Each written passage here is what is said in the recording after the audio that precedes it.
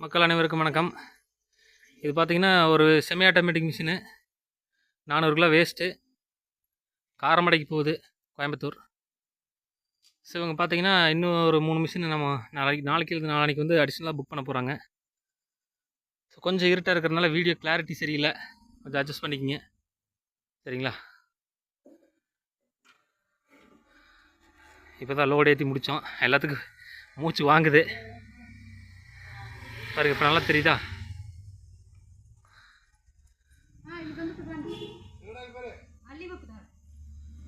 இப்போ நல்லா தெரியும்னு நினைக்கிறேன், கேமராவில் லைட் ஆன் பண்ணியாச்சு. ஸோ பாருங்கள், வண்டி இப்போது காரமடை போகுது கோயம்புத்தூர். ஸோ இவங்க வந்து நம்ம சொன்ன மாதிரி அந்த ஃபேக்ட்ரி செட்டப் வந்து ரெடி பண்ணுறாங்க. ஃபஸ்ட்டு இப்போ ஒரு மிஷினு 400 கிலோ வேஸ்ட் எடுக்கிறாங்க. அடுத்து நாளைக்கு அல்லது நாளைக்கு வந்து இன்னொரு 3 மிஷினுக்கு பணம் கட்ட போகிறாங்க.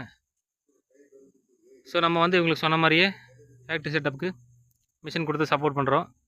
துணி வந்து 1 கிலோ 53 ரூபாய்க்கு கொடுக்குறோம். திருச்சி நூல் வந்து திரும்ப 1 கிலோ 90 ரூபாய்க்கு வாங்கிக்கிறோம். 37 ரூபா மார்ஜினு சரிங்களா. லக்ஷ்மி ட்ரேடர்ஸ் இவங்க வந்து MSME சர்டிஃபிகேட் எடுத்துட்டாங்க. இவங்க வந்து அடுத்த வாரத்தில் நம்மளோட அக்ரிமெண்ட் போட போகிறாங்க சரிங்களா. ஃபேக்ட்ரி செட்டப் போடுற எல்லாருமே வந்து நம்மளோட கம்பல்சரி அக்ரிமெண்ட் போடணும்.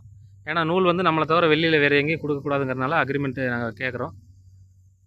ஸோ உங்களுக்கு வந்து ஒரு சந்தேகம் கூட இருக்கலாம், இவ்வளவு மிஷின் எடுக்கிறோம், இவ்வளோ துணி வாங்குகிறோம், எப்படி ரா மெட்டீரியல்ஸ் எங்கே நாங்கள் விற்க போகிறது அப்படி உங்களுக்கு ஒரு பயம் இருக்கலாம். அந்த பயம் வந்து முற்றிலும் தேவையில்லை.